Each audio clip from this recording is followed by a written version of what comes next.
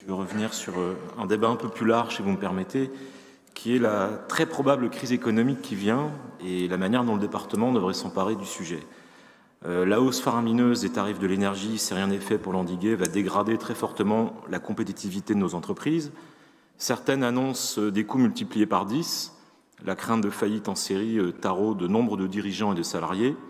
L'Association bretonne des entreprises agroalimentaires, la BEA, s'inquiète pour la pérennité des 70 000 emplois qu'elle représente.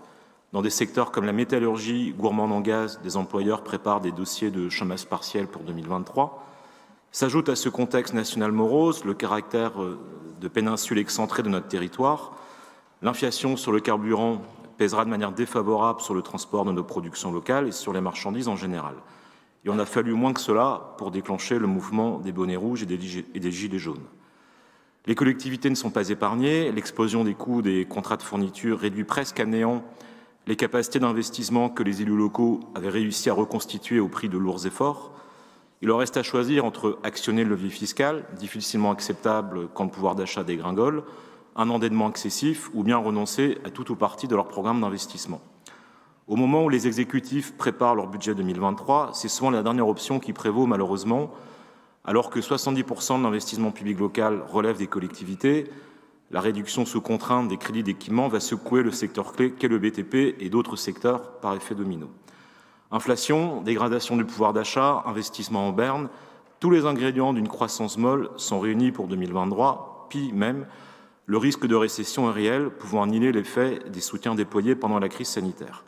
Alors face à cette situation anxiogène, que fait le département du Finistère ?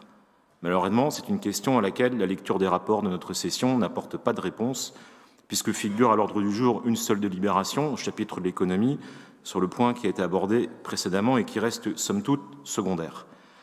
Pourtant, quand l'Alliance siégeait dans l'opposition, elle répétait, à juste titre d'ailleurs, que le fait que le département ait été privé de sa capacité d'intervention directe dans le champ du développement économique ne devait pas conduire à ce qu'il s'en désintéresse, que le poids de la commande publique et ses missions en matière d'insertion lui donnaient toute légitimité pour s'exprimer et proposer. Le développement économique était même le second pilier de votre programme. Après plus d'une année de mandat, le constat est que l'ambition affichée tenait plus d'une rhétorique performative que d'un programme opérationnel. En décembre 2020, le préfet a installé un comité de suivi du plan France Relance au sein duquel siégeait le département en entérinant sa participation à des groupes de travail. Que devient ce comité ? Quel rôle y joue notre Assemblée ? L'exigence de relance doit désormais se conjuguer avec la résilience. Au moment où l'État veut déployer une planification écologique, France Nation Verte, la trajectoire finistérienne ne devrait-elle pas être révisée ? Le département du Finistère doit exercer son magistère moral parce qu'il dispose de la légitimité pour le faire. Or, le département apparaît trop silencieux sur des sujets importants qui concernent l'avenir de notre économie finistérienne. L'action de notre collectivité ne peut se limiter aux routes et à l'attractivité, fût-elle importante. Quelques illustrations rapidement sur des sujets sur lesquels notre Assemblée devrait s'attarder. Il y a quelques semaines, Monsieur le Président, nous étions à Rospordin pour le premier forum de l'irrigation bretonne, programmé avant la sécheresse. Le stress hydrique a engendré des pertes de rendement chez nos agriculteurs, notamment légumiers et fruitiers, de l'ordre de 30 à 40%. Dans le même temps, des promeneurs ont pu apercevoir dans le Finistère Sud les premiers hectares de tournesol, chose inimaginable il y a quelques années. Quelle réponse le département veut-il encourager face au risque de sécheresse ? Des retenues collinaires, pourquoi pas ? Encore faut-il savoir pour qui et comment. Face au réchauffement, il y a certainement des productions nouvelles à envisager et d'autres dont le maintien sera mis en cause.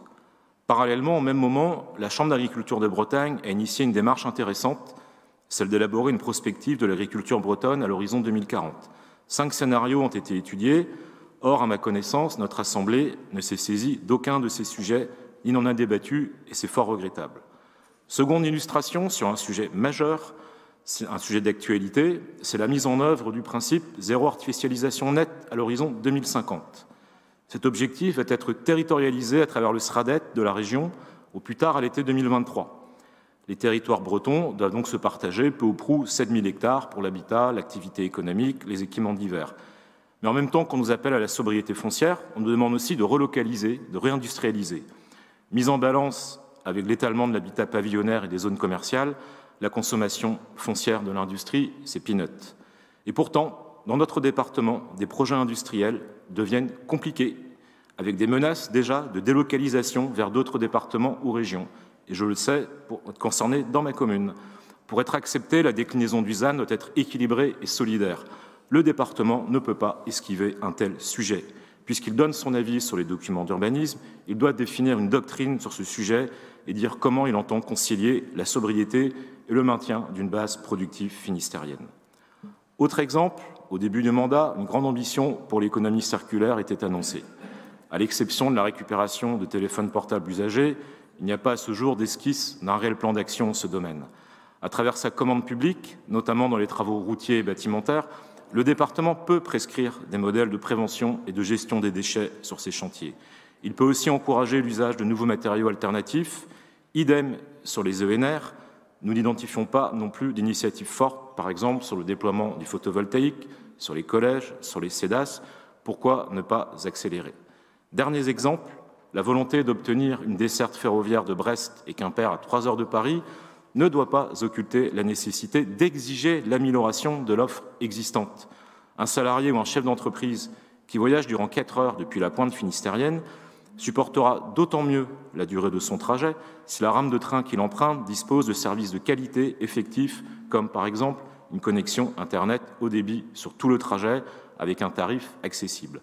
Nous en sommes loin encore, et cela aussi le département devrait le défendre autant que la grande vitesse qui, gageons-le, n'est pas pour tout de suite. Dans la période difficile qui s'annonce, notre collectivité ne peut continuer à rester atone sur tous ces sujets. Elle doit être proactive pour anticiper et prévenir les effets de la crise qui vient, car gouverner, c'est prévoir. Le département pourrait proposer aux chambres consulaires, aux partenaires différents, État, région, une instance, pour justement travailler ensemble à rechercher ces solutions. Nous appelons donc de nos vœux la définition d'une réelle stratégie finistérienne pour amortir le choc de la crise qui vient. Cette session nous laisse malheureusement sur notre faim.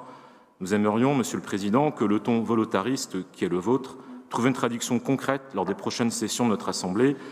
À défaut, vous risquez de faire mentir la devise du maréchal Delattre que vous prétendez avoir fait la vôtre, ne pas subir. Merci beaucoup, Monsieur le